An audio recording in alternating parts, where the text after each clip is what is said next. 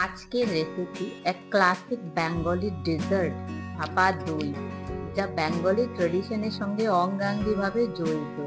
এটার creamy and melt in mouth texture give it a perfect dessert for any festive occasion. So please watch the full video and enjoy the dessert. এইটাকে আমরা easily বাড়িতে বানিয়ে যে কোনো festival বা যে কোনো গেট টুগেদারে সবাইকে তাক লাগিয়ে দিতে পারি।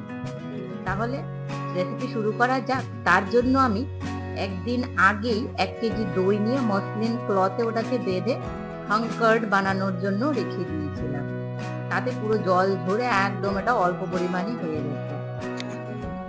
এবার একটা ক্রিমি টেক্সচার চলে এসছে পুরো। তারপর এটাকে একটা বাটিতে নেব, একটু মিক্স করে নেব। তারপর একটা মিক্সি জারে আমি একটা গোটা আম দিয়ে দিয়েছি পাল্প, এবং এটাকে মিক্সিতে পিউরি বানিয়ে নেব।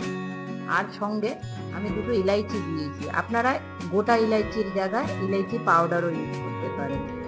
মিক্সিতে আমি দুটোকে একদম পিউরি বানিয়ে নিয়েছি। তারপর দইয়ের বাউলে ওটাকে মিক্স করে নিয়েছি এবং তাতে দেবো 1/2 কাপ মতো কনডেন্স মিল্ক। আর যদি আপনারা বেশি মিষ্টি প্রয়োজন, সুগার পাউডারও আপনারা সঙ্গে অ্যাড করতে পারেন। তারপর এটা ভালো করে হুইস্ক করে ক্রিমি টেক্সচার ওটার একটা চলে আসবে। আর এটার জন্য আমি হাতে হুইস্ক করেছি, কিন্তু আপনারা ব্লেন্ডার জারে ওটাকে দিয়ে ভালো করে একদম একটা স্মুথ পেস্ট বানিয়ে নিতে পারেন। তারপর মোল্ডে বাটার পেপার দিয়ে আমি সেট করে নিয়েছি এবং পুরোটা মিক্সচার তাকে ট্রান্সফার করে নেব এইভাবে। তারপর মোল্ডটাকে ভালো করে আমি ট্যাপ করে পুরো একদম প্লেন করে দেব পুরো লেয়ারটাকে। দেখুন এইভাবে। এখন একটা অ্যালুমিনিয়াম ফয়েল দিয়ে ওটাকে কভার করে দেব।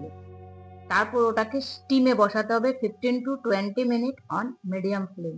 আর এটাকে ঢাকাটা জরুরি, কারণ না হলে যে স্টিমটা হবে ওটার জলটা উপর থেকেই ভাপা দইটার উপরেই পড়বে। তাহলে আপনারা সবসময় খেয়াল রাখবেন স্টিমে বসানোর সময় যেন ওটাকে কভার করা হয় কিছু দিয়ে।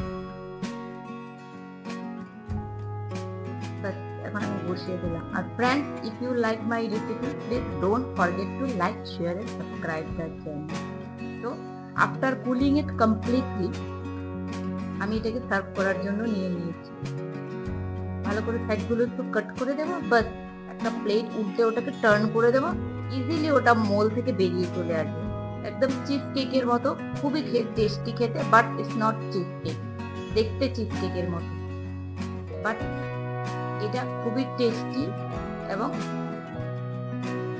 সুইট একটা ডেজার্ট, যা আমরা ইজিলি বাড়িতে বানিয়ে যে কোনো ফেস্টিভ্যালে সার্ভ করা যেতে পারে।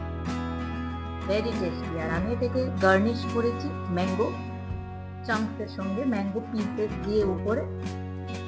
আপনারা যে কোনো ড্রাই ফ্রুট দিয়েও গার্নিশ করতে পারেন, যে কোনো কিছু দিয়ে ওটাকে গার্নিশ করে নিন as per your choice and availability of your ingredients at home. Thus it's ready to serve. But সবসময় খেয়াল রাখবেন ঠান্ডা সার্ভ করবেন। ঠান্ডা সার্ভ করলে ওটা টেস্ট এবং টেক্সচার দুটোই খুব বেড়ে যায়। So eat healthy, stay healthy, take care and bye bye. তাহলে দেখা হচ্ছে নতুন রেসিপি। Enjoy the dish.